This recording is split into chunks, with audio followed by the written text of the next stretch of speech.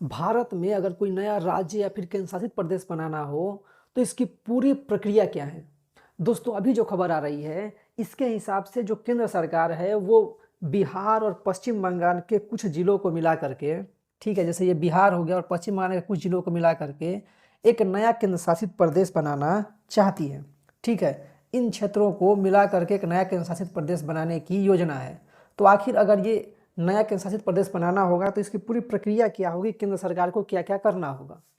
तो दोस्तों, अगर भारत में कोई नया राज्य या फिर नया केंद्र शासित प्रदेश बनाना हो या फिर किसी राज्य की बाउंड्री को चेंज करना हो, किसी राज्य की सीमा में परिवर्तन करना हो, तो इसके लिए यह आवश्यक है कि केंद्र सरकार सबसे पहले इसके लिए एक प्रस्ताव बनाए।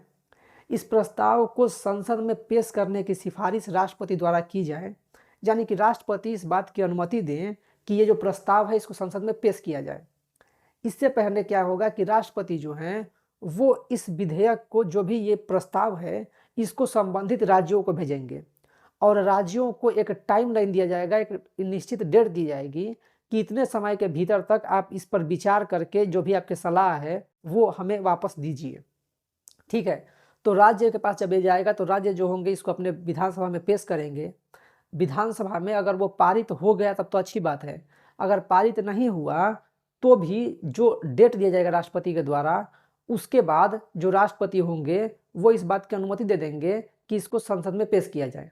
तो राज्यों के मामले में ये बात कहा गया है कि राज्यों से सलाह मांगा जाएगा। ठीक है, राज्य इस पे सलाह दे सकते हैं, जो भी संबंधित राज्य हैं, लेकिन उस सलाह को मानने के लिए केंद्र सरकार जो होगी वो बाध्य नहीं होगी।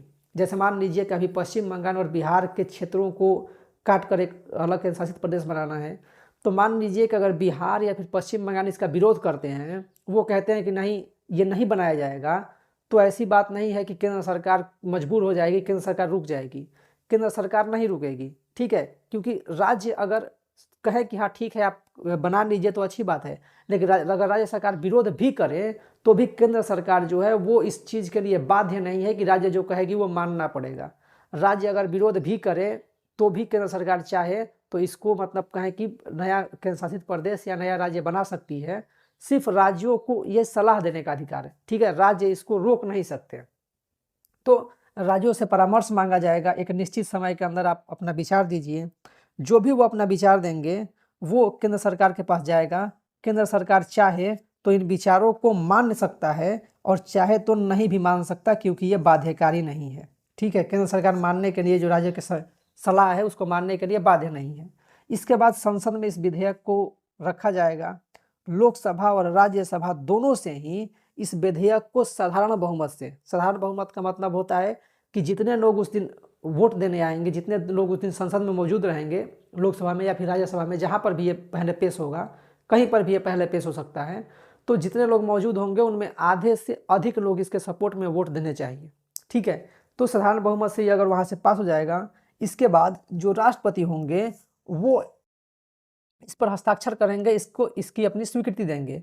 तो जैसे ही राष्ट्रपति का सिग्नेचर होगा यह कानून बन जाएगा और एक नया गजट अधिसूचना, यानी कि जो एक भारत का राजपत्र होता है, एक नया जो ऑफिशियल स्टेटमेंट होता है वो जारी किया जाएगा और इसके साथ ही एक नया राज्य या फिर एक नया केंद्र शासित प्रदेश बन जाएगा। ठीक है, और जैसे ही एक नया राज्य या फिर नया केंद्र शासित प्रदेश बन जाएगा तो वहाँ पे नए राज्यपाल या फिर नए उपराज्यपाल या फिर नए प्रशासक जो हैं वो राष्ट्रपति द्वारा नियुक्त कर दिए जाएंगे और इसके साथ ही वहाँ पे नए सचिवालय और बाकी जो भी इंफ्रास्ट्रक्चर होती है वो बनाने की काम शुरू हो जाएगी।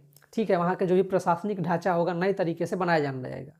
तो सिंपल सी प्रक्रिया ये है कि इसके लिए केंद्र सरकार पहले एक प्रस्ताव बनाए, उस प्रस्ताव को संसद में पेश करने की अनुमति राष्ट्रपति द्वारा दी जाए, ये जरूरी है।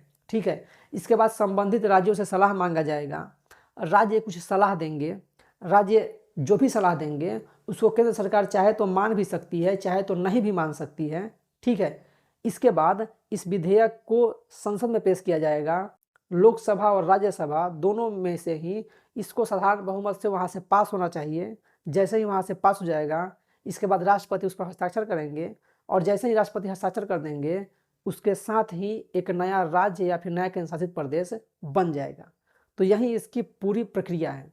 ठीक है, हालांकि जब नया राज्य या नया केंद्र शासित प्रदेश बनता है तो वैसी स्थिति में राज्यों को एक तरह से कहें कि कॉन्फिडेंस में लेकर के राज्यों की सहमति से ही बनाया जाता है, क्योंकि अगर राज्यों की सहमति से नहीं बनाया जाएगा तो राज्य में विरोध होने लगते हैं, बहुत ज़्यादा विरोध प्रदर्शन होने लगता है, ठीक है, बहुत ज़्यादा एक तरह से कहें कि हिंसा भड़क जाती है। इसलिए साधारण अगर देखा जाए तो राज्यों की सहमति से ही बंटवारा किया जाता है। तो इस वीडियो में इतना ही। जो हमारा ये PDF है ये आपको हमारे टेलीग्राम चैनल पर मिल जाएगा, आप ज्वाइन कर लीजिएगा, वहाँ से आप इसको डाउनलोड कर सकते हैं, नोट्स बना सकते हैं, ठीक है। और हमारे वीडियोज़ को हर जगह शेयर कीजिए और चैनल को सब्सक्राइब करके बेल आइकन जरूर प्रेस कीजिए ताकि सभी नए वीडियो की नोटिफिकेशन सबसे पहले आप तक पहुँचती रहे। वीडियो को पूरा देखने के लिए बहुत बहुत धन्यवाद।